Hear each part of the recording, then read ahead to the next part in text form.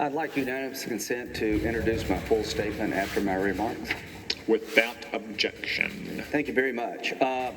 So let me just begin with a note of optimism. You're going to get to pick the next president, not a bunch of politicians driven by sour grapes. And I don't say that lightly. I didn't vote for President Trump.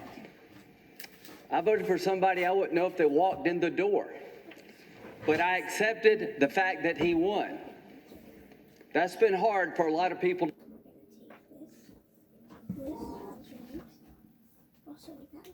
to get it. I supported the Mueller investigation. I had Democratic colleagues come to me and say, we're afraid he's going to fire Mueller. Will you stand with us to make sure Mueller can complete his investigation? And I did. 2 years, $32 million, FBI agents, subpoenas, you name it. The verdict is in. What did we find? Nothing. I thought that would be it. But it's never enough when it comes to Trump. Sorry. It's never enough when it comes to President Trump. This sham process is the low point in the Senate for me. If you think you've done the country a good service by legitimizing this impeachment process, what you have done is unleash the partisan forces of hell. This is sour grapes. They impeached the President of the United States in 78 days. You could not get a parking ticket if you contested it in 78 days.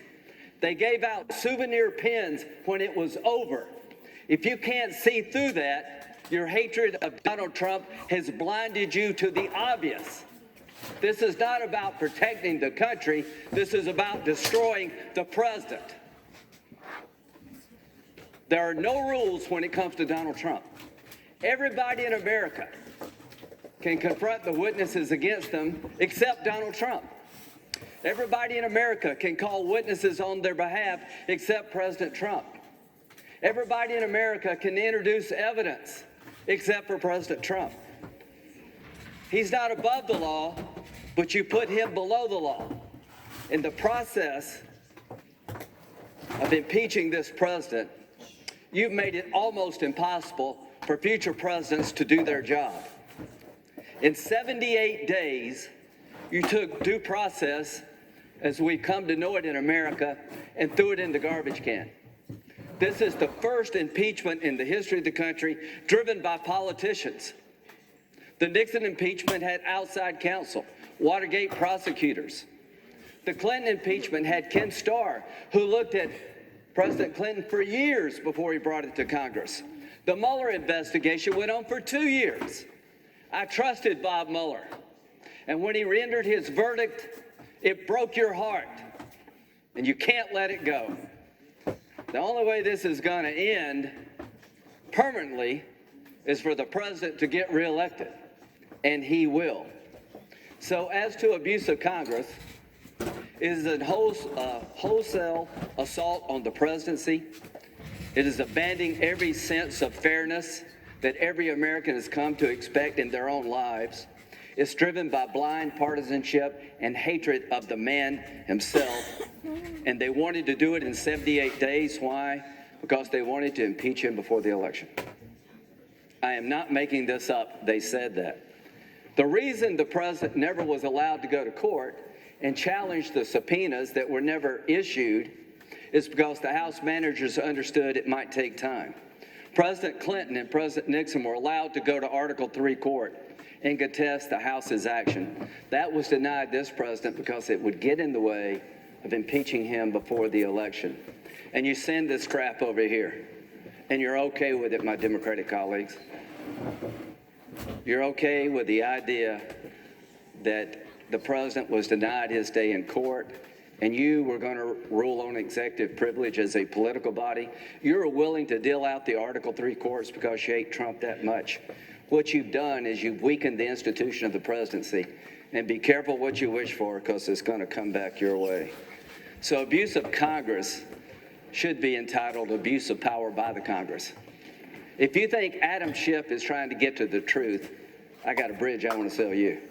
These people hate Trump's guts. They rammed it through the House, in a way you couldn't get a parking ticket, and they achieved their goal of impeaching him before the election. Well, the Senate's going to achieve its goal of acquitting him in February.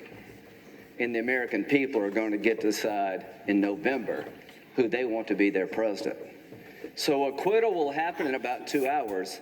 Exoneration comes when President Trump gets reelected because the people of the United States are fed up with this crap. But the damage you have done will be long-lasting. Abuse of power. You're impeaching the President of the United States for suspending foreign aid for a short period of time that they eventually received ahead of schedule to leverage an investigation that never happened. You're going to remove the President of the United States for suspending foreign aid to leverage an investigation of a political opponent that never occurred. The Ukrainians did not know the suspension until September. They didn't feel any pressure. And if you're okay with Joe Biden and Hunter Biden doing what they did, it says anything else.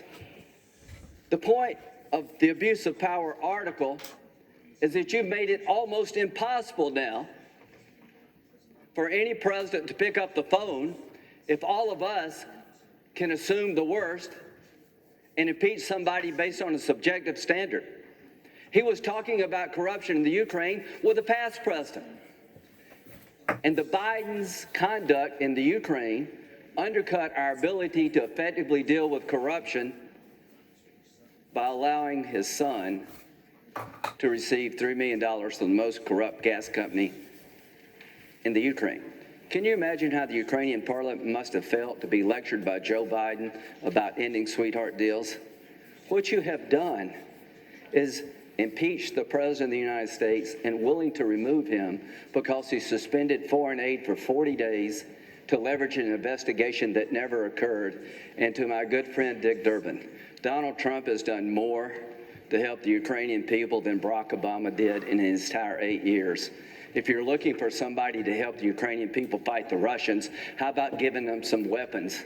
This is a sham. This is a farce. This is disgusting. This is an injustice to President Trump as a person. It's a threat to the office. It will end soon. It's going to be an overwhelming rejection of both articles. We're going to pick up the pieces and try to go forward, but I can say this without any hesitation. I worry about the future of the presidency after what's happened here. Ladies and gentlemen, you will come to regret this whole process. And to those who have these pens, I hope you will understand history will judge those pens as a souvenir of shame. I yield.